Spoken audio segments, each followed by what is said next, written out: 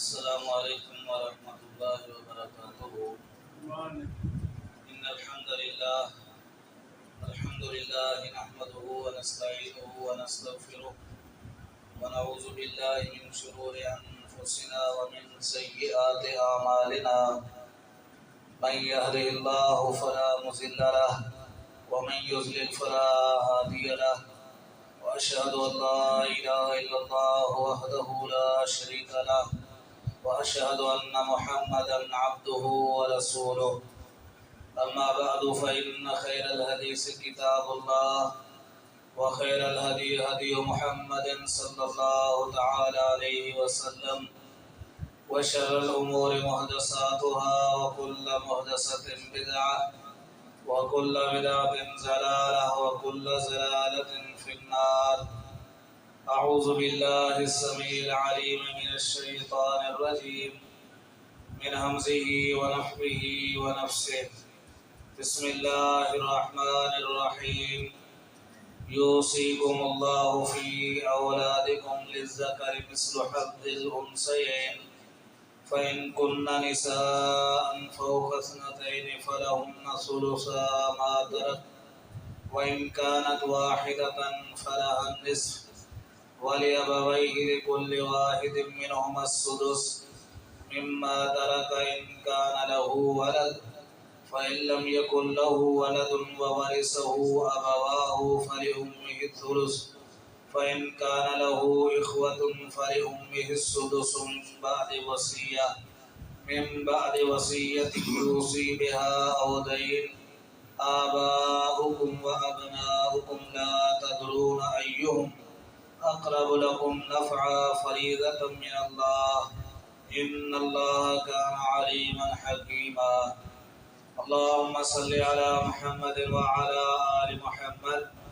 كما صليت على إبراهيم وعلى آل إبراهيم إنك حميد مجيد. اللهم بارك على محمد وعلى آل محمد كما باركت على إبراهيم وعلى آل إبراهيم إنك حميد مجيد. رب اشرح لي صدري ويسر لي امري واحلل عقدة من لساني يفقهوا قولي. رب زدني علما. ہر قسم کی حمد و ثنا اللہ خالق کائنات مالک ارض و سما کے لیے انگنت لاتعداد درود و سلام آقا دو جہاں محمد مصطفیٰ صلی اللہ تعالی علیہ وسلم کی ذات گرامی پر. محترم سامعین کرام،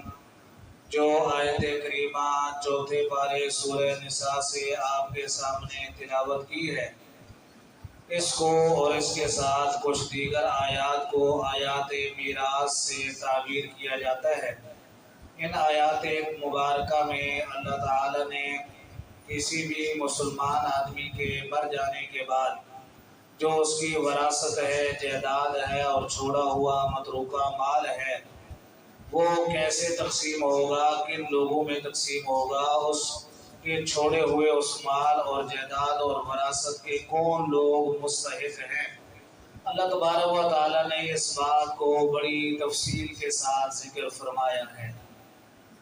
ان آیات کریمہ کے نازل ہونے کا سبب نزول اور شان نزول کچھ یوں ہے کہ غزوہ احد اسلام اور کفر کی جو دوسری بڑی جنگ تھی، جب یہ ہوئی تو اس غزوہ احد کے اندر جہاں دیگر 70 مسلمان شہید ہوئے، ان شہداء کے اندر ایک صحابی رسول جن کا نام ہے سیدنا سعد بن ربیع رضی اللہ تعالی عنہ، وہ بھی مرتبہ شہادت پر فیض ہوتے ہیں. دور جاہلیت کے اندر طریقہ کار یہ تھا کہ کسی گھر کے بڑے کے فوت ہونے کے بعد یا بھائی کے فوت ہونے کے بعد وہ بیوی، اس کے بچے اس کے مال کے وارث نہیں ٹھہرتے تھے، بلکہ جو اس کا بھائی ہوتا تھا وہ اس کے مال کا مالک تصور کیا جاتا، وہی اس مال پر قبضہ کر لیتا. تو شاید مسئلہ معلوم نہ ہونے کی وجہ سے یہاں بھی ایسے ہی ہوا کہ سیدنا سعد بن ربیع رضی اللہ تعالی عنہ غزوہ احد کے اندر شہید ہو گئے۔ اب اس کے بعد جو ان کا مال تھا، ان کی جائیداد تھی، ان کی وراثت تھی، تو ان کے بھائی نے اپنے قبضے میں دے لی، جبکہ سیدنا سعد بن ربیع رضی اللہ تعالی عنہ کے ورثاء کے اندر ان کی ایک بیوہ بھی موجود تھی اور ان کی 2 بیٹیاں بھی موجود تھیں۔ تو ان کو بڑی پریشانی ہوئی کہ میرا خامد فوت ہوا، ان بچیوں کا باپ جو ہے وہ شہید ہوا، تو ان بچیوں کو بھی کچھ نہیں ملا، مجھے بھی کچھ نہیں ملا، اور اس کے بھائی نے سارے مال پر، ساری جائیداد پر جو ہے قبضہ جما لیا ہے۔ تو بجائے اس کے ساتھ کوئی جھگڑا کرنے کے یا تکرار کرنے کے یا گالم گلوچ کرنے کے، سیدنا سعد بن ربیع رضی اللہ تعالی عنہ کی اہلیہ، ان کی گھر والی، اپنی دونوں بیٹیوں کو ساتھ لے کر اللہ کے رسول صلی اللہ علیہ وسلم کے پاس آ جاتی ہے اور آپ سے آ کر عرض کرتی ہیں، اللہ کے نبی صلی اللہ علیہ وسلم، سعد بن ربیع جو میرا شوہر اور میرا خاوند تھا، اس کی شہادت کے بارے میں تو آپ کو معلوم ہے کہ وہ غزوہ احد میں شہید ہو گئے ہیں، لیکن اس کی شہادت کے بعد اس کے بھائی نے اس کے مال پر قبضہ کر لیا ہے اور ہمیں اس کے مال سے، اس کی جائیداد و وراثت سے مطلقاً کچھ بھی نہیں دیا اور نہ وہ دینے کے لیے تیار ہے، تو ہم آپ سے پوچھنے کے لیے آئی ہیں کہ کیا اس کے مال میں ہمارا بھی کوئی حق اور حصہ تھا یا نہیں۔ رسول اکرم صلی اللہ علیہ وسلم ابھی خاموش ہی تھے کہ اللہ تبارک و تعالی نے یہ مسئلہ بڑی تفصیل کے ساتھ بتلانے کے لیے جبریل امین کو وحی دے کر بھیجا کہ جاؤ اس مسئلے کا حل جو ہے پیارے پیغمبر صلی اللہ علیہ وسلم کو بتا کر آؤ۔ لہذا وہ آیات سادہ ترجمے کے ساتھ میں پڑھ کر آپ کو سنانے کی کوشش کرتا ہوں۔ آپ نے کامل توجہ جو ہے وہ میری طرف رکھنی ہے۔ چنانچہ اللہ تعالیٰ فرماتے ہیں کہ یوصیکم اللہ، اللہ تعالیٰ تمہیں وصیت فرماتے ہیں، تمہیں حکم دیتے ہیں، فی اولادکم، تمہاری اولادوں کے بارے میں، للذکر مثل حظ الانثیین، فرمایا کہ باپ مر گیا، باپ کے فوت ہونے کے بعد اولاد میں بیٹے بھی موجود ہیں، بیٹیاں بھی موجود ہیں، تو فرمایا کہ مذکر کو، بیٹے کو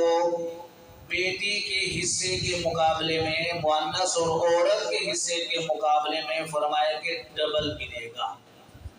اس لفظ نے یہ واضح کر دیا کہ کسی بھی باپ کے فوت ہونے کے بعد اس کی اولاد میں اگر بیٹے ہیں ان کو بھی وراثت ملے گی، بیٹیاں ہیں تو تب بھی ان کو وراثت ملے گی۔ مثال کے طور پر اگر بیٹی کو مال میں سے، وراثت میں سے 50,000 ملے ہیں تو بیٹے کو 1,00,000 ملے گا، جو بیٹی کے مقابلے میں کیا ہے؟ ڈبل ہے۔ فرمائیں کہ للذکر مثل حظ الانثیین فإن کن نساء، اگر کسی کے فوت ہونے کے بعد بیٹا نہیں ہے، صرف بیٹیاں ہی ہیں، فوق اثنتین، اور وہ بیٹیاں 2 سے زیادہ ہیں، یعنی 3 ہیں، 4 ہیں، 5 ہیں، 6 ہیں، بہرحال وہ 2 سے زیادہ ہیں، تو اللہ فرماتے ہیں فَلَهُنَّ، ان بیٹیوں کے لیے ہے ثُلُثَا مَا تَرَکَ، جتنا وہ چھوڑ کے گیا ہے نا، اس کو 3 حصوں میں تقسیم کر لو، اس کا 2/3 یعنی 2 حصے اس کی بیٹیوں کو ملے گا اور تیسرا حصہ جہاں اسلام کہے گا وہاں خرچ ہوگا۔ قرآن پاک کے اس جملے سے یہ بھی واضح ہوا کہ اگر کسی کے فوت ہونے کے بعد پیچھے صرف بیٹیاں رہ جاتی ہیں تو اسلام ان کا حق کیسے بیان کرتا ہے، ان کے حقوق، ان کا حصہ اور بڑھا کر پیش کرتا ہے کہ اس کی میت کی جائیداد کو، ٹوٹل جائیداد کو 3 حصوں میں بانٹ کر 2 حصے جو ہیں ان بیٹیوں کو دے دیے جائیں، جو بیٹیاں 2 سے زیادہ ہوں، یعنی اگر 3 ہیں، 4 ہیں۔ فرمایا کہ فَإِن كُنَّ نِسَاءً فَوْقَ اثْنَتَيْنِ، اگر وہ عورتیں ہیں فوق اثنتین، 2 سے زیادہ، 2 سے اوپر، فلہن تو ان کے لیے ہے ثلثا ما ترک جو وہ چھوڑنے والا چھوڑ گئے ہے اس کا 2/3 وَإِنْ كَانَتْ وَاحِدَةً تیسری شکل اندازہ کریں اللہ اکبر کبیرہ اللہ فرماتے ہیں کہ اگر کسی کے فوت ہونے کے بعد اس کی اولاد میں صرف ایک بیٹی ہے صرف ایک کوئی بیٹا موجود نہیں ہے بیٹیاں 2 نہیں ہیں 3 نہیں ہیں 4 نہیں ہیں بلکہ فرمایا کہ وَإِنْ كَانَتْ وَاحِدَةً اگر وہ بیٹی ایک ہے فَلَهَا النِّصْفُ تو وہ آدھی جائیداد ہی مالک ہے مرنے والے کی جائیداد کو 2 حصوں میں تقسیم کرو اور آدھی جائیداد اس کی بیٹی کو دے فَلَهَا النِّصْفُ پھر آگے اللہ تعالیٰ فرماتے ہیں وَلِأَبَوَيْهِ لِكُلِّ وَاحِدٍ مِّنْهُمَا السُّدُسُ فرمایا کہ اولاد میں سے اگر بیٹا مر جاتا ہے اور بیٹے کے مرنے کے بعد ماں باپ زندہ ہیں ماں باپ موجود ہیں تو فرمایا کہ ہر ایک کو ان دونوں میں سے جو ہے 6واں حصہ ملے گا باپ کو الگ 6واں حصہ ماں کو الگ 6واں حصہ بیٹا فوت ہو گیا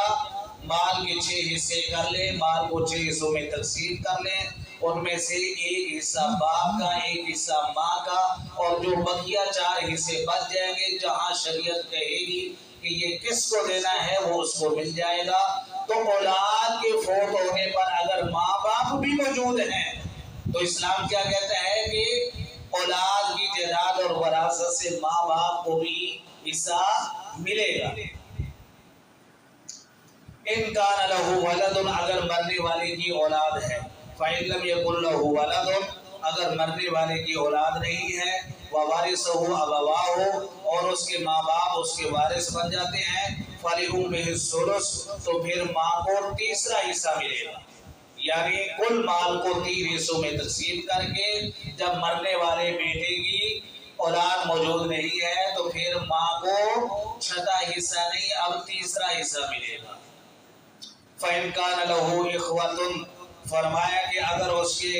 بہن بھائی موجود ہیں فَلِأُمِّهِ السُّدُسُ تو پھر بہن بھائیوں کی موجودگی میں ماں کو 6واں حصہ ملے گا من بعد وصیت وصیت کو پورا کرنے کے بعد وصیت کو پورا کرنے کے اسلامی طریقہ کار کسی بھی انسان کے مرنے کے بعد اس کے مال اور جائیداد کو تقسیم کرنے کا جو طریقہ کار بتلایا گیا ہے وہ یہ ہے کہ جب وہ فوت ہو جائے تو سب سے پہلے اس کے مال میں سے اس کا کفن خریدا جائے اسی کی جائیداد میں سے اس کو کفنایا جائے اس کے دفن کے معاملات کیے جائیں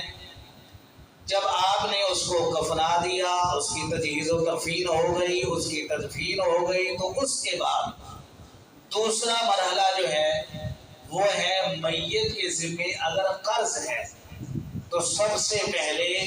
جائیداد کو تقسیم کرنے سے پہلے اس کا قرض اتارا جائے گا قرض اتارنے کے بعد دیکھا جائے گا کہ اگر مال بچ گیا ہے جائیداد بچ گئی ہے تو تیسرے نمبر پر دیکھا جائے گا کہ کیا اس نے کچھ مال کسی کو دینے کی وصیت کی تھی وصیت کے بارے میں بنیادی طور پر 2 باتیں ہیں نمبر 1 کسی بھی انسان کے مرنے کے بعد اس کے رشتہ داروں میں سے اس کے اہل و عیال میں سے جو اس کا وارث بن سکتا ہے اس کے حق میں وصیت نہیں ہو سکتی حدیث پاک ہے رسول اللہ صلی اللہ علیہ وسلم نے فرمایا لا وصیت لوارث وارث کے حق میں وصیت نہیں ہو سکتی کیوں نہیں ہو سکتی ذرا ہم عقل سے سوچیں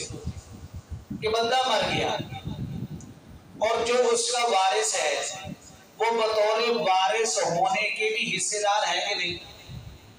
وارث ہونے کی وجہ سے بھی اس کو حصہ مل گیا اور مزید مرنے والے نے اس کے حق میں وصیت بھی کر دی تو اس کو وصیت کی وجہ سے جو ہم دوبارہ مال دیں گے تو دیگر جو اس کے ورثاء ہیں ان کی حق تلفی ہو جائے کہ اس وارث کو مال ڈبل مل گیا دیگر ورثاء کے مقابلے میں زیادہ مل گیا جبکہ اسلام عدل کا حکم دیتا ہے، اسلام انصاف کرنے کا حکم دیتا ہے۔ اس لیے پابندی لگا دی۔ بعض اوقات ہوتا ہے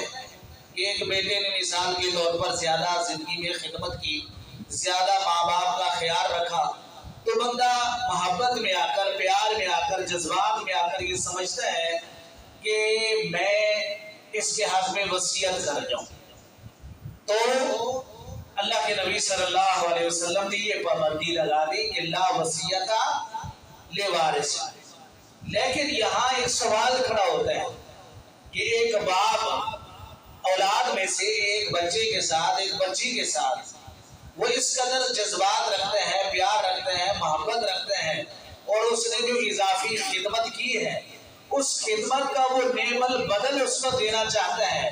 تو باپ کی عقل یہ فیصلہ کرتی ہے کہ یہ بیچارہ زیادہ بینیفٹ کا، زیادہ مال کا مستحق ہے، اس کو زیادہ فائدہ پہنچانا چاہیے۔ یہ خیال ہر انسان کے ذہن میں آ سکتا ہے، لیکن قربان جاؤں، اللہ تبارک و تعالیٰ نے اس بارے میں اس آیت کریمہ کے آخر میں جو بات ارشاد فرمائی نا، وہ بڑی ہی کمال کی بات ہے۔ اللہ فرماتے ہیں کہ آباؤکم و ابناؤکم، تمہارے آباء و اجداد، تمہارے ماں باپ، و ابناؤکم، اور تمہاری اولادیں، لا تدرون ایہم اقرب لکم نفعا، تم نہیں جانتے کہ ان میں سے تمہارے لیے تمہیں نفع پہنچانے میں زیادہ کون فائدہ مند ہے، کون زیادہ تمہارے قریب ہے۔ اللہ تبارک و تعالیٰ کو پتہ ہے کہ ایک باپ کے دل کے اندر یہ جذبات ہیں، وہ چاہتا ہے کہ میں اپنی دیگر اولاد سے اضافی طور پر اپنے ایک بیٹے کو، ایک بیٹی کو اتنا مال دے کر چلا جاؤں۔ بعض اوقات بزرگ دنیا میں خود جب حیات ہوتے ہیں تو یہ کام کر دیتے ہیں،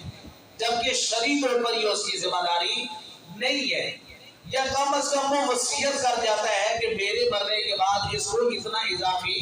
دے دینا۔ اللہ فرماتے ہیں کہ ہاں، تمہارے جذبات اپنی جگہ پر ہیں، لیکن میں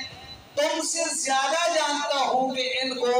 نفع کیسے پہنچانا ہے۔ آباؤکم و ابناؤکم لا تدرون ایہم اقرب لکم نفعا فریضۃ من اللہ، یہ تقسیم اللہ کی طرف سے فرض ہے۔ یہ تقسیم کس کی طرف سے فرض ہے؟ اللہ کی طرف سے کیا ہے؟ فرمایا کہ فرض ہے۔ اس لیے اللہ تبارک و تعالیٰ فرماتے ہیں، فرمایا کہ فَإِن كَانَ لَهُ إِخْوَةٌ، اگر کسی کے مر جانے کے بعد اس کے بھائی بھی موجود ہیں تو فَلِأُمِّهِ السُّدُسُ، تو پھر اس کی ماں کو چھٹا حصہ ملے گا، من بعد وصیت، وصیت کے بعد۔ تو میں عرض کر رہا تھا کہ وصیت کے حوالے سے ایک بات تو یہ ہے کہ وارث جو بننے والا ہے اس کے حق میں وصیت نہیں ہو سکتی۔ جو غیر وارث ہے، جو کسی کے مرنے کے بعد اس کی جائیداد کا وارث نہیں بن سکتا، اس کے حق میں وصیت ہو سکتی ہے۔ دوسرا مسئلہ وصیت کے حوالے سے یہ ہے کہ وصیت وہ اپنی جائیداد میں سے کتنی جائیداد، کتنی وراثت اور کتنے مال کی کر سکتا ہے۔ بعض اوقات ہوتا ہے کہ خدمت کرنے والا نا، یا ذہن سازی کرنے والا، کوئی مولوی صاحب ہاتھے چڑھ گیا بابا جی کے پاس بیٹھ کر، وہ بابا جی ہم تو جا رہے ہیں، لہٰذا اپنی آخرت کے لیے ایسے کرے، یہ 4 کنال جو ہے نا مسجد کے لیے وصیت کر دیں، مدرسے کے لیے وصیت کر دیں، اس مدرسے کے اندر طلباء پڑھتے ہیں ان کے لیے وصیت کر دیں۔ وہ اس انداز میں ان کو برین واش کرتا ہے، موٹیویٹ کرتا ہے کہ اس کا دل جو ہے وہ پسیج جاتا ہے، وہ ان کی باتوں میں آ کر وہ وصیت کر دیتا ہے۔ اس کو بھی وصیت کی جا سکتی ہے، لیکن مسئلہ یہ ہے کہ یہ بابا جی جو دنیا چھوڑ کے جانے لگے ہیں، ان کی کل جائیداد ہی 4 کنال ہے۔ کل جائیداد ہی کتنی ہے؟ اب 4 کنال تو ساری کی ساری وصیت کر دی، اور پیچھے جو بیٹے ہیں، بیٹیاں ہیں، بیوہ موجود ہے، ان کو کیا ملے گا؟ رسول اللہ صلی اللہ علیہ وسلم نے فرمایا کہ تم دنیا سے اس حال میں جاؤ دنیا کو چھوڑ کر کہ تمہاری اولاد صاحب ثروت ہو، وہ فقیر اور کنگال نہ ہو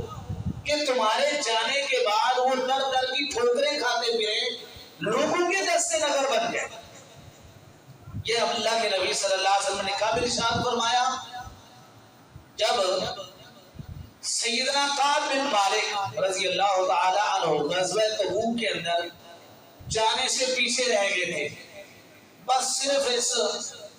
وہم و گمان کی وجہ سے کہ آج جاتا ہوں کل جاتا ہوں، میرے پاس تیز ترین سواری موجود ہے، حتیٰ کہ وہ جنگ لڑ کر مسلمان واپس آ گئے۔ اس جنگ کے اندر ڈھیر سارے منافقین جو ہیں وہ شریک نہیں ہوئے تھے۔ 11واں پارہ جہاں سے شروع ہوتا ہے نا، جب اللہ کے نبی غزوہ تبوک سے واپس آئے، غزوہ تبوک شدت گرمی کے موسم کے اندر لڑی گئی جنگ۔ مدینہ کے اندر مسلمانوں کی فصلیں اور باغات ابھی پکے ہوئے تھے، ان کے پاس موجود کچھ نہیں تھا۔ دور دراز کا سفر، جیش العسرہ، تنگی کا لشکر اس کو کہا جاتا ہے۔ اللہ کے نبی جیسے کیسے مسلمان یہ جنگ لڑ کر واپس آ گئے تو سب سے پہلے منافقین نے آ کر اپنے اپنے عذر پیش کرنے شروع کر دیے۔ یعتذرون الیکم اذا رجعتم، اللہ فرماتے ہیں کہ جب تم غزوہ تبوک سے واپس لوٹ کر آئے تو منافقوں نے تمہارے پاس آ کر اپنے عذر پیش کرنے شروع کر دیے کہ جی ہمارا یہ بہانہ تھا، ہمارا اللہ کے نبی صلی اللہ علیہ وسلم درگزر کرتے رہے کہ اللہ کی طرف سے حکم یہ تھا کہ یہ منافق ہے، اب ان کے بارے میں مزید کیا کیا جا سکتا ہے۔ لیکن 3 مخلص مسلمان بھی اس غزوے میں پیچھے رہ گئے، جن میں سیدنا کعب بن مالک بھی تھے، ہلال بن امیہ بھی تھے اور مرارہ بن ربیع بھی تھے۔ اللہ کے نبی کے پاس آئے، لوگوں کے بہانے سن کرنا ان کے دل کے اندر بھی چور مچلنے لگا، یار یہ تو جیسے بہانے پیش کر رہے ہیں، میں تو کہیں اچھے انداز میں کوئی نہ کوئی بہانہ پیش کر سکتا ہوں۔ فصیح اللسان آدمی تھے، خطیب آدمی تھے یہ، لیکن کہتے ہیں کہ مجھے دل کے اندر خیال آیا کہ میں اللہ کے نبی کو جھوٹا بہانہ لگا دوں اور ادھر سے جبریل وحی لے کر آ جائے کہ یہ تو مخلص مسلمان، یہ تو جھوٹ بول رہے ہیں۔ بہرحال کہتے ہیں کہ میں نے سچ بتا دیا، جس کے نتیجے میں ان 3 مخلص مسلمانوں کو سزا یہ ملی کہ اللہ کے نبی صلی اللہ علیہ وسلم نے 50 دن تک تمام صحابہ کو منع کر دیا کہ ان کے ساتھ تم بول چال ختم کر دو، میل ملاپ ختم کر دو۔ قرآن یہ نقشہ بیان کرتا ہے کہ وَضَاقَتْ عَلَيْهِمُ الْأَرْضُ بِمَا رَحُبَتْ، کہ زمین باوجود کھلی وسیع ہونے کے ان کے اوپر تنگ ہو گئی، کہ اپنے گھر کے افراد، رشتہ دار، دوست احباب، جان پہچان والے ساتھ سے گزر جاتے ہیں، سلام نہیں کرتے، اور یہ سلام کرتے ہیں تو وہ ان کے سلام کا جواب نہیں دیتے۔ کچھ دنوں کے بعد اللہ کے نبی صلی اللہ علیہ وسلم نے فرمایا کہ ان کو حکم دے دو کہ یہ اپنی بیویوں سے بھی الگ ہو جائیں۔ 50 دن تک یہ آہوزاری کرتے رہے، اللہ کے سامنے گر گرا کر دعائیں کرتے رہے، توبہ اور استغفار کرتے رہے۔ آخرکار اللہ تبارک و تعالی نے ان کی توبہ کو قبول فرما لیا۔ سورہ توبہ میں اللہ فرماتے ہیں وَعَلَى الثَّلَاثَةِ الَّذِينَ خُلِّفُوا، کہ اللہ نے ان 3 لوگوں کی توبہ کو قبول کر لیا ہے جو غزوہ تبوک سے پیچھے رہ گئے۔ اللہ کے نبی صلی اللہ علیہ وسلم نے ان کی سچی توبہ کی قبولیت کی خوشخبری جبریل نے آ کر دی، آپ نے صحابہ کو سنائی تو ایک صحابی جلدی سے اٹھے اور کعب بن مالک رضی اللہ عنہ ان کو تلاش کرتے کرتے کہ میں جا کر ان کو بتاؤں، وہ اتنے دنوں سے پریشان ہیں۔ انہوں نے جا کر خبر دی، وہ خوشی کے اندر سیدنا کعب بن مالک رضی اللہ تعالیٰ عنہ نے کپڑے کا ایک جوڑا اور سوٹ ان کو عطا کر دیا۔ اس دور کے اندر کپڑے کا ایک سوٹ بڑی مالیت رکھتا تھا۔ اپنی توبہ کی قبولیت کی خوشی میں سیدنا کعب بن مالک رضی اللہ تعالیٰ عنہ دوڑے دوڑے آئے اور آ کر کہنے لگے اللہ کے نبی، میرے پاس اس وقت جتنی جائیداد اور مالیت موجود ہے نا، یہ ساری کی ساری میں اللہ کی راہ میں لوٹاتا ہوں، اس وجہ سے کہ اللہ نے میری توبہ کو قبول کر دیا ہے۔ رسول اللہ صلی اللہ علیہ وسلم چاہتے تو اس بات کو قبول کر سکتے تھے نا کہ صحابی رسول خود یہ اظہار فرما رہے ہیں، خود یہ جذبہ پیش کر رہے ہیں۔ اللہ کے نبی نے فرمایا کہ زیادہ سے زیادہ کسی نے وصیت کرنی ہے تو وہ ہے تہائی مال، کل جائیداد کا تیسرا حصہ۔ کل جائیداد کا مثال کے طور پر کسی بندے کے پاس 90,000 ہے تو وہ 30,000 کی وصیت کر سکتا ہے، اس سے زیادہ وصیت۔ اور اللہ کے نبی صلی اللہ علیہ وسلم نے یہاں تک فرمایا وَالثُّلُثُ كَثِيرٌ، یہ تیسرا حصہ وصیت کرنا بھی بہت زیادہ حصہ ہے۔ اور یہاں یہ بات بھی یاد رکھنی ہے کہ وصیت کرنا کسی کے حق میں یہ فرض نہیں ہے۔ جو چیز اصل میں فرض ہے وہ یہ ہے کہ حلال ذرائع کے ساتھ کمایا ہوا مال آپ دنیا کو چھوڑ کے جا رہے ہیں تو فرمایا کہ زیادہ سے زیادہ اپنی اولاد کو غنی اور مالدار چھوڑ کے جاؤ تاکہ تمہارے بعد ان کو پریشانی نہ ہو۔ تو فرمایا کہ من بعد وصیت یوصی بها او دین، وصیت کو ادا کرنا ہے، قرض کو ادا کرنا ہے، فریضۃ من اللہ، یہ اللہ کی طرف سے فرض ہے، یہ اللہ کی طرف سے۔ جیسے اللہ نے بیان کیا کہ بیٹیوں کا اتنا حصہ ہے، بیٹیوں کے ساتھ بیٹا ہے تو بیٹے کو ڈبل، بیٹی کو سنگل، بیٹی ایک ہے تو آدھے مال کی مالک ہے، بیٹیاں ہی بیٹیاں ہیں صرف اور وہ 2 سے زیادہ ہیں تو پھر وہ تہائی مال کی کیا ہے، مالک ہیں۔ آگے اللہ تعالیٰ فرماتے ہیں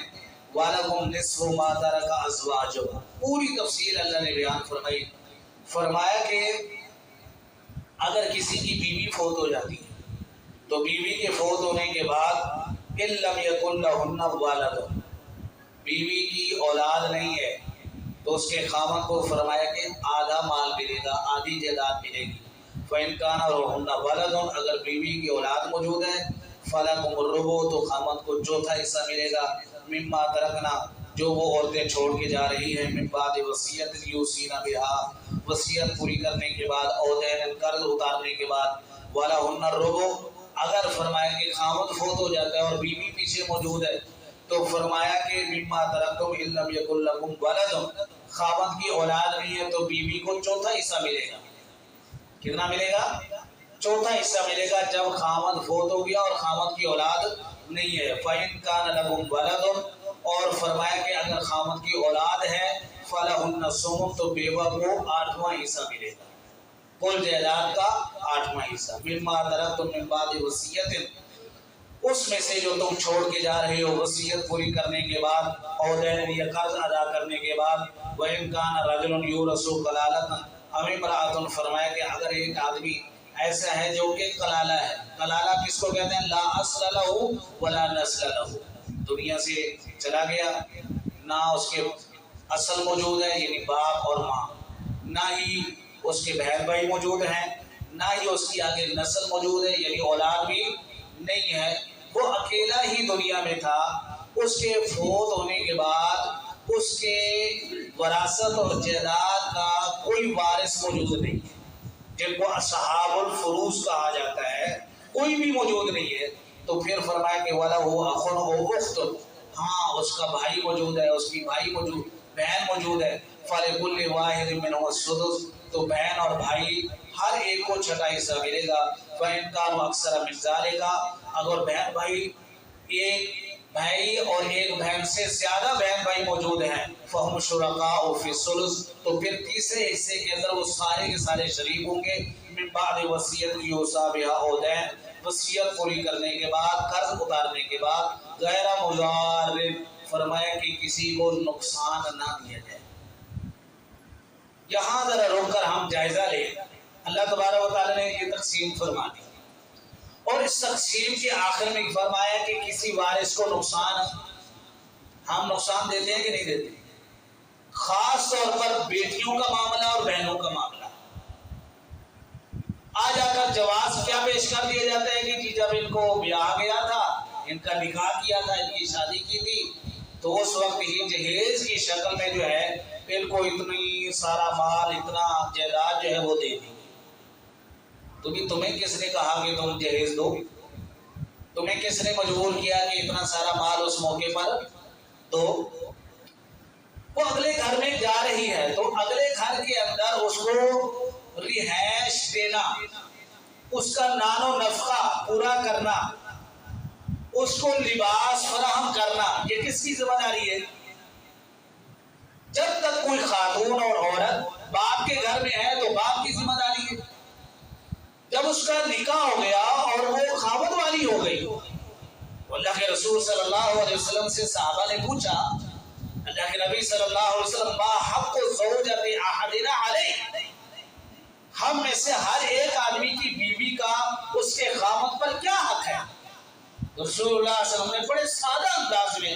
اس کے حقوق کو واضح کیا، فرمایا کہ انتم عمہا اذا طعمت، جب تو کھائے اور جو کھائے اس کو کھلا، وتقسوہ اذا اقتصیت، جو خود پہننا ہے اور جب پہننا ہے اس کو بھی پہنا، اور فرمایا کہ ولا تضرب الوجه، یہ بیوی ہے کرائش ہو جاتی ہے، تکرار ہو جاتا ہے، غصہ ہو جاتا ہے بعض اوقات انسان، تو فرمایا اس کے چہرے پر نہیں مارنا، کیونکہ قرآن پاک میں اللہ تعالیٰ نے انسان کی پیدائش کا ذکر کرتے ہوئے یہ بات ارشاد فرمائی ہے، وَخَلَقْتُكَ بِيَدَيَّ، کہ اے حضرت انسان میں نے تجھے اپنے دونوں ہاتھوں سے بنایا ہے۔ پوری کائنات کے ہیکل قسم کی مخلوقات دیکھ لیں آپ، یہ زمین کتنی بڑی مخلوق ہے، یہ آسمان کتنی بڑی مخلوقات ہیں، یہ پہاڑ آپ دیکھ لیں کتنا ٹھوس اور مضبوط قسم کی مخلوق ہے، لیکن اللہ تبارک و تعالیٰ نے ان کو کیسے بنایا؟ اللہ نے فرمایا کہ کن فیکون، اے آسمان پیدا ہو جاؤ وہ ہو گئے، اے پہاڑوں تم پیدا ہو جاؤ وہ ہو گئے، اے زمین تم بن جاؤ وہ بن گئی۔ یہ کائنات کا پورا نظام اللہ نے لفظ کن کہہ کر اس کو پیدا کر دیا، مارز وجود بھی نہیں آیا، لیکن اے انسان تو اپنی شرافت کو سمجھ، اپنے اکرام کو سمجھ، اپنی عظمت کو سمجھ کہ اللہ فرماتے ہیں جب انسان کو پیدا کرنے کا وقت آیا، وَخَلَقْتُكَ بِيَدَيَّ، اس انسان کو میں نے اپنے ہاتھوں سے پیدا کیا۔ ایک انسان کوئی کاریگر نا اپنے ہاتھ سے پیاری سی چیز بنائے نا، اور کوئی انسان اس کے ساتھ نازیبا حرکت کرے، عجیب و غریب قسم کا کرتب کرے اس کے ساتھ، تو اس کو دیکھ کر کتنا غصہ آتا کہ نہیں آتا؟ جانور ہی دیکھ لیں، کوئی بندہ جانور خرید کر کے لے آتا ہے، ہاں جی، تو ایک وقت وہ دودھ نہ دے ٹانگیں مارنی شروع کر دے، اور بیٹے صاحب کو غصہ آ گیا، اس نے اٹھائی اینٹ کے اور اس کو مارنی شروع کر دی، بابا جی کی نظر پڑی، وہ کہتا جاؤ پر اللہ دے بندے 3 لاکھ روپے تو پڑے ہونے تیروں پتا ہوتا، ہاں پٹھے تو سارا دن انہوں پائے نہیں تو ہم تو مانگنے ہوتے گڑھ دودھ، وہ سارا دن خدمت کرتا دیو بیچاری دودھ دیتی نا۔ اللہ تبارک و تعالیٰ نے جس مخلوق کو فرمایا کہ میں نے اپنے ہاتھ سے پیدا کیا ہے، تو اس کو تھپڑ مارتے ہو، اس کو مکے مارتے ہو، اس کی تحقیر کرتے ہو، اس کی تذلیل کرتے ہو، اس کو رسوا کرتے ہو۔ وَلَا تَضْرِبِ الْوَجْهَ وَلَا تُكَبِّرْ إِلَّا فِي الْبَيْتِ، ہمارے معاشرے کا یہ بھی بڑا عجیب رواج اور رویہ ہے، فرمایا کہ بیوی سے ناراض ہونا کوئی ایسی ویسی بات نہیں ہے، ہو جاتی ہے ناراضگی، لیکن فرمایا اس سے ناراضگی کا جو اظہار کرنا ہے نا وہ گھر میں رہ کر کرنا ہے، اس کو دھکے دے کر باہر نہیں نکالنا، گلی محلے کے لوگوں کو تماشا نہیں دکھانا کہ اس کو دھکے دے کر گھر سے باہر نکال دیا، اور گلی کے اندر، چوک کے اندر، چوراہے کے اندر لوگوں کی جہاں عام رفت ہے وہاں جناب والا ایک دوسرے کے ساتھ بحث و تکرار میں لگے ہوئے، یہ کام گھر میں بھی تو بیٹھ کے ہو سکتا ہے نا۔ وَلَا تُكَبِّرْ إِلَّا، تو میں عرض کر رہا تھا کہ رسول اللہ صلی اللہ علیہ وسلم نے فرمایا کہ بیوی کی یہ حقوق ہے، اللہ کے نبی صلی اللہ علیہ وسلم نے فرمایا کہ خیرکم خیرکم لأہلہ، تم میں سے اللہ کے نزدیک بہترین انسان کون سا ہے؟ وہ نہیں ہے جس کے متعلق چوک والے گواہی دے کہ یہ اچھا انسان ہے، جس کے متعلق اس کے شعبے سے منسلک لوگ گواہی دے کہ یہ بہت اچھا انسان ہے، ٹھیک ہے، یہ لوگوں کے ہاں معیار ہو سکتا ہے کسی انسان کے اچھے ہونے کا، اللہ کے ہاں بہترین انسان کیسے بنتا ہے، کب بنتا ہے؟ فرمایا کہ جس کے متعلق اس کی بیوی یہ گواہی دے کہ یہ اچھا ہوا وَأَنَا خَيْرُكُمْ لِأَهْلِي، اور فرمایا کہ میرے بارے میں اگر معلوم کرنا ہونا تو میری ایک نہیں، دو نہیں، تین نہیں، چار نہیں، 9 حرم 9 بیویاں موجود ہیں. جو مرضی اپنی کسی بھی ماں سے پوچھ لو کہ جناب محمد رسول اللہ صلی اللہ علیہ وسلم کا تمہارے ساتھ رویہ کیسا ہے، وہ سب کی سب یہ گواہی دے گی کہ جناب محمد رسول اللہ صلی اللہ علیہ وسلم جیسا خامد نہ کائنات کے اندر کسی کو ملنا ہے نہ قیامت تک ملے گا. ایسا ہے کہ نہیں؟ حدیث ام زر بہت بڑی ایک تفصیلی روایت ہے جس کے اندر 11 خواتین کا ایک قصہ اللہ کے نبی صلی اللہ علیہ وسلم نے بیان کیا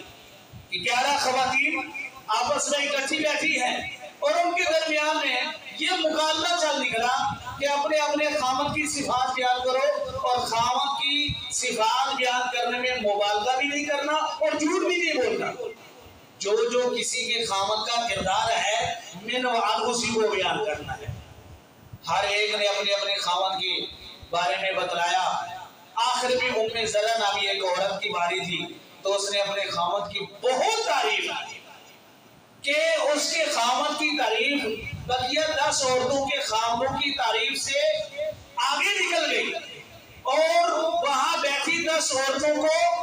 ابو زرع کی تعریف کو سن کر ان کے خامد پر رشک آنے لگا کہ کاش ہمارا خامد بھی ایسے ہوتا. تو اللہ کے نبی صلی اللہ علیہ وسلم نے